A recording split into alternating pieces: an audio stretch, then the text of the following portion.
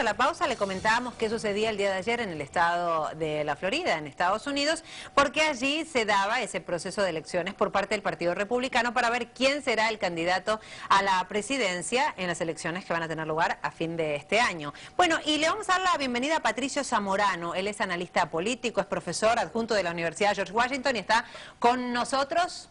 Lo tenemos, a ver, a Patricio, vamos a tratar de establecer contacto. ¿Sí? A ver, Patricio, ¿nos escucha? ¿Cómo le va? Ahora sí lo veo. ¿Cómo le va? Hola, hola. Buenos días. ¿Cómo estás? Muy bien, Patricio, un placer saludarlo. Bueno, hablamos de ese ex gobernador de Massachusetts, quien hasta ahora se venía punteando, ¿no? Todas esas encuestas y también algunas de los debates. Todo indicaba que entre él y Gingrich se iba a definir estas elecciones del día de ayer. Sin embargo, sacó una buena diferencia. Lo cierto es que América Latina aparece como uno de los temas claves, ¿no? En estos debates, y los mensajes son bien claros. Algunos puntos centrales, propuestas claras de este candidato Mitt Romney para lo que va a ser esa candidatura presidencial. ¿Cuáles serían?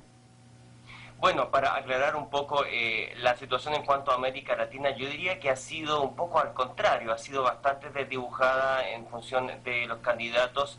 No han tenido ninguno de ellos una posición sólida, estipulada con respecto a cuál va a ser la política con América Latina. El único candidato de los que están compitiendo en este momento que tiene una plataforma internacional, incluso no solamente de América Latina, es justamente Romney, que ha desarrollado hace varios meses ya una especie de libro blanco con muchas de las, digamos, de las posiciones más fundamentales con respecto a una posible política exterior si llega a ser presidente, y esa posición es bastante conservadora. Romney se ha ubicado en ese sentido, en el sentido internacional, en el ala más extrema de la derecha de los Estados Unidos, en el sentido de un poco luchar por la posición excepcional de los Estados Unidos en el plano mundial, potenciar la posición del país en cuanto a su poder militar, estar bien claro en que va a ejercer justamente una posición más agresiva y de prevención, incluso para prevenir cualquier tipo de amenaza contra la seguridad de los Estados Unidos. Y en cuanto a América Latina, bueno, nombra mucho el tema de Cuba, nombra a Venezuela, los ubica dentro de el área de los no aliados a los Estados Unidos. Y en el caso de Gingrich, bueno, él hizo bastante énfasis durante al tema de inmigración.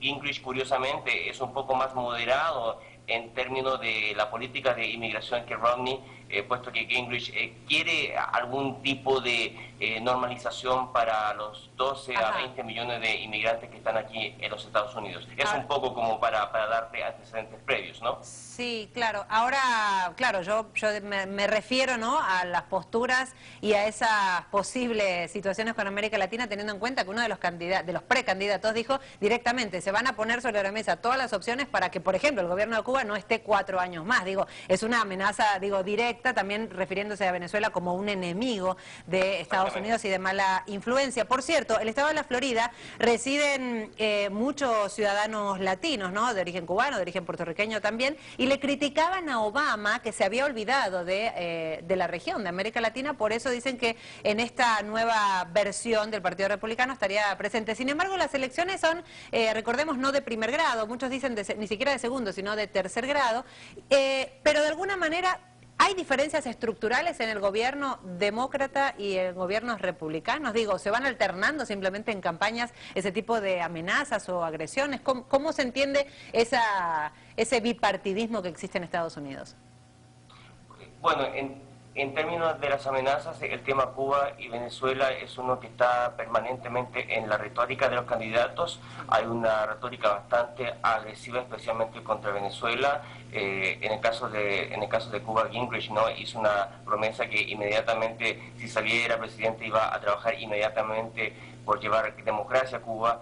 En el caso de Romney también ha habido una posición bastante agresiva Y claro, tiene que ver un poco con el tema pendiente de Obama. El presidente Obama había hecho bastantes promesas, había hablado de una apertura mucho más importante para el tema Cuba, lo que no se ha cumplido, ha hablado de un acercamiento horizontal con América Latina que tampoco se ha cumplido. En ese sentido ha habido una falencia importante de tanto el gobierno actual de los Estados Unidos como de los candidatos republicanos para tener una agenda sólida. Por lo tanto, lo que sí podemos decir, claro, hay un vacío importante y no se ha hablado de manera concreta sobre una posible agenda concreta en cuanto a las relaciones con América Latina. Ahora, sabemos que no son las únicas opciones, ¿no? Partido Demócrata y Partido Republicano. Hay otras candidaturas, pero que siempre pasan por debajo de la mesa, también en ese juego, ¿no? de los grandes medios de comunicación en Estados Unidos. ¿Se da esta campaña, este año electoral, en un momento de indignados, de calles y ciudades tomadas, instituciones? Los migrantes ya dijeron unas políticas muy duras, incluso contra los latinos que están haciendo vida allí. ¿El tema de los indignados cómo influye en estos debates y elecciones primarias? Ha sido un tema importante en cuanto a lo simbólico. Lamentablemente el tema de los indignados del movimiento Occupy no ha tenido un liderazgo concreto que se refleje en el espectro político. Esa ha sido una de las debilidades de este movimiento, que sin duda ha movido bastante a la agenda interna, especialmente en el tema de las desigualdades económicas. Es un tema que ha pegado muy fuerte. El tema económico es el número uno en casi todas las encuestas. Se dice justamente que Romney ganó en Florida justamente por el factor importante que implica el tema económico. Ha habido una crisis de vivienda importante en Florida. Por lo tanto, Romney parece ser para el electorado más conservador republicano de Florida una mejor respuesta. En el tema de Occupy, como decía anteriormente, hace falta un tipo de liderazgo nacional que no ha tenido, y por lo tanto ha desdibujado un poco, digamos, su influencia concreta en la agenda política. Sí lo ha hecho en términos de denunciar el tema de Wall Street, el tema de las grandes corporaciones, que ha provocado una desigualdad importante con la clase media de los Estados Unidos. Pero Occupy tiene mucho espacio todavía y bueno, y está siendo atacado de manera importante. Han sido desalojados prácticamente en todas las ciudades de los Estados Unidos, y aquí en Washington el campamento está siendo amenazado exactamente por ser expulsado. Así que estamos esperando todos aquí cómo va a actuar la policía, pero ha habido un debilitamiento importante en estos últimos meses y el movimiento está intentando recuperarse nuevamente, ¿no? Patricio, cuando hablamos de indignados también y de proceso de elecciones, se me viene a la cabeza España, que también en una crítica clara y expuesta al gobierno del Partido Socialista, que el socialista le queda el nombre, la derecha arrasó en elecciones por simplemente capitalizar ese descontento. En el caso de Estados Unidos, los indignados lo repudian el gobierno de Obama. ¿Eso va a beneficiar a los republicanos? Bueno, no tanto el gobierno de Obama. Yo diría que Occupy es un poco más transversal. Ellos tienen una posición bastante fuerte contra el sistema económico empresarial, contra el gran poder militar económico de los Estados Unidos. En ese sentido le cae, digamos, la presión tanto al Partido Republicano como al Partido Demócrata. No solamente Obama, pero sin duda que refleja el descontento en cuanto a la parte económica, y en ese sentido sí que afecta a Obama de manera directa, puesto que, como señalaba anteriormente, el tema económico es fundamental para estas elecciones. Pero la mayoría igual está pensando votar en demócrata o republicano. Digo, más allá de denunciar ese sistema, ¿está pensando en votar otra alternativa? Exactamente. Bueno, el sistema político de los Estados Unidos, que se precia de tanta democracia, realmente no genera una tercera opción más allá del Partido Republicano y el Partido Demócrata. Hay una especie de binominalismo, de bipartidismo importante, cerrado.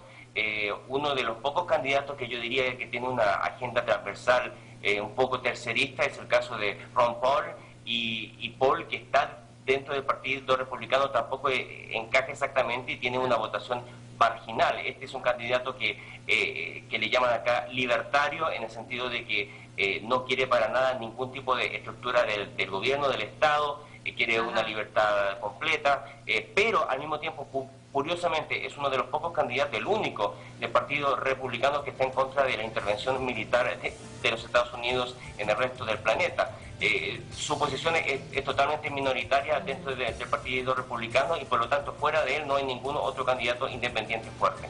Bueno, Patricio, se nos acabó el tiempo, pero le agradecemos, un placer que nos haya acompañado en la mañana del día de hoy. Que pase buen día. Muchas gracias, Lourdes. Recordemos, está Patricio Zamorano desde Estados Unidos para todo el análisis. Vamos a seguir de cerca porque recordemos, estas elecciones todavía le faltan un poco allí. Bueno, vamos a seguir toda la información.